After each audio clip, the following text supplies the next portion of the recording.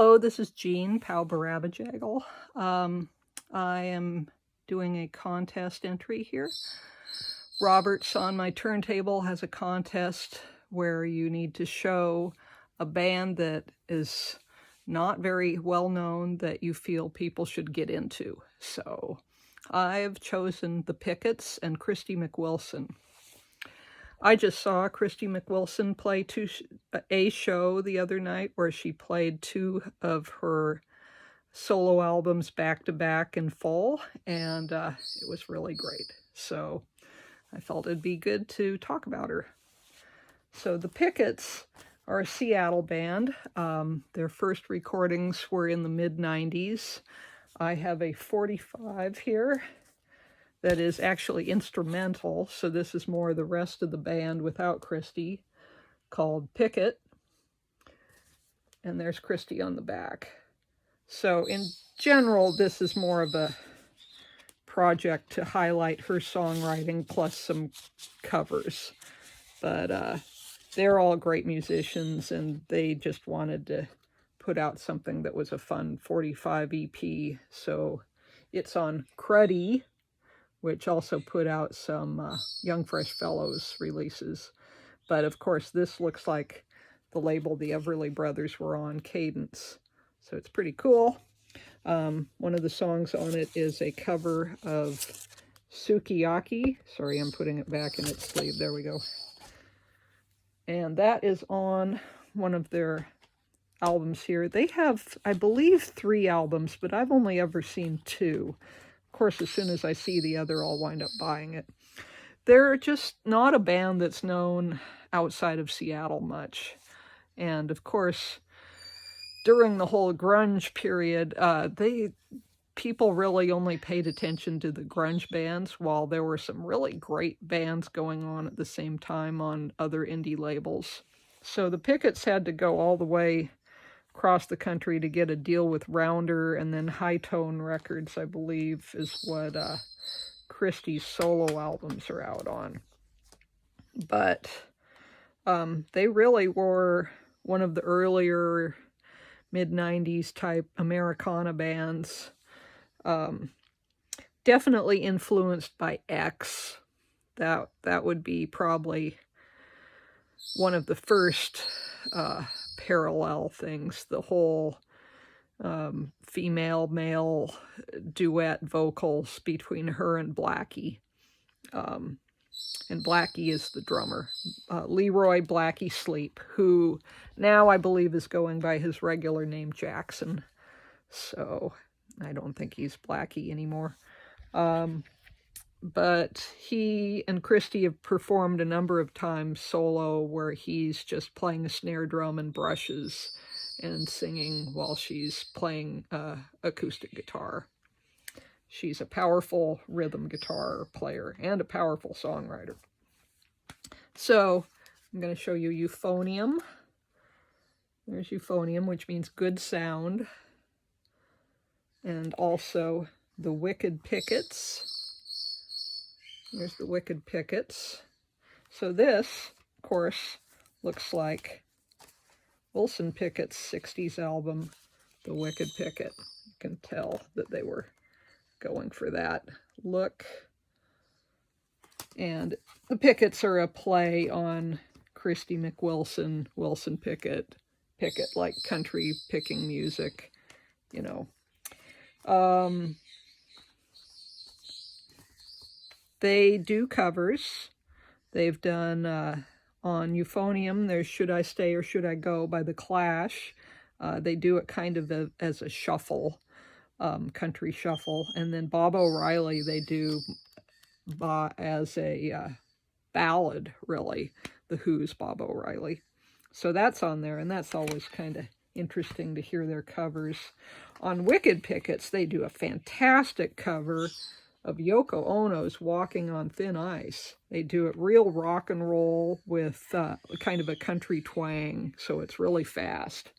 And it's great.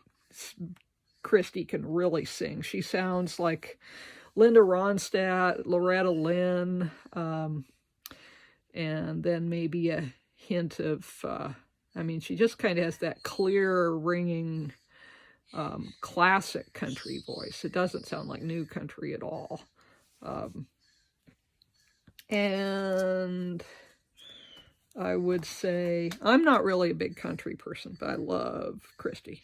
Christy's such a great songwriter. Definitely kind of feminist-oriented songwriting. This album, The Lucky One, her first solo album,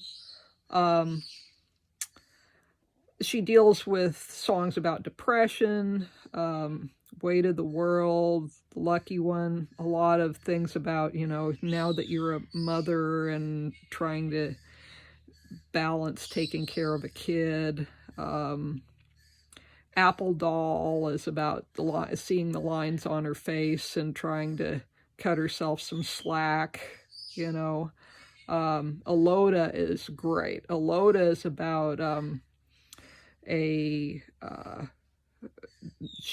family relative, I think her great aunt or something, but she was someone who was like the oldest of 10 kids, and then she had something like 10 kids herself, so she had to raise her brothers and sisters and then had to raise all her kids. And Christy and her family went to try and find her grave in Kentucky, I believe, and couldn't find it. It was a big overgrown hill. And then they went to Washington, D.C. the next day. And, you know, she went to the Arlington Cemetery and saw all the monuments for the soldiers who'd been killed, and kind of wrote a song about, well, you know, these forgotten mothers who don't have monuments to all the work that they did, and that you wouldn't have these other people without them. Anyway, so that's Wishin' too. I love Wishin'. Oh, great songs. This album, Bed of Roses. So there's a cover on here of 805 by Moby Grape as a duet between her and Dave Alvin. There's also a cover of Darkness, Darkness by the Youngbloods, and it's probably my favorite cover of Darkness, Darkness. I really like Mark Lanigan's cover of Darkness, Darkness as well, but this one is just so awesome. Really has a lot of intensity to it. And her songs on here, Serpentine River, oh, that's such a great song. Life's Little Enormities, True Believer. True Believer is her theme song. Sheep Song. So I'm a big fan of those two albums of hers, produced by Dave Alvin. So the show I saw, she did these two albums in full. And I understand that she was hoping Dave Alvin could attend the show. He has terminal cancer, and unfortunately he's so sick that he wasn't able to attend.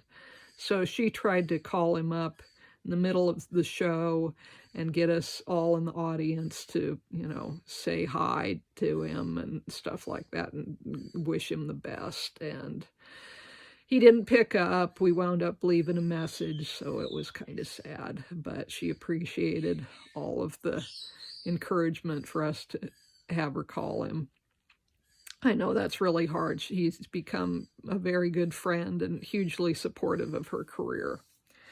So right around the time that she was going into the studio to record her third solo album, she got the news that she was going to need to divorce her husband. So that's what the song she wrote for those studio sessions wound up being about. And it was a really good album, but she didn't want to face the subject matter, so she shelved it for 10 years. And it came out in 2015 on her own label. You can write her and get copies of it. Great album, you know, really a good album.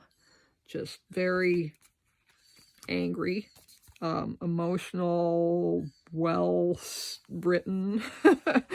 You know, a lot of feelings went into that. There's a cover of T-Bone Burnett's The Power of Love that's a really nice ending to it.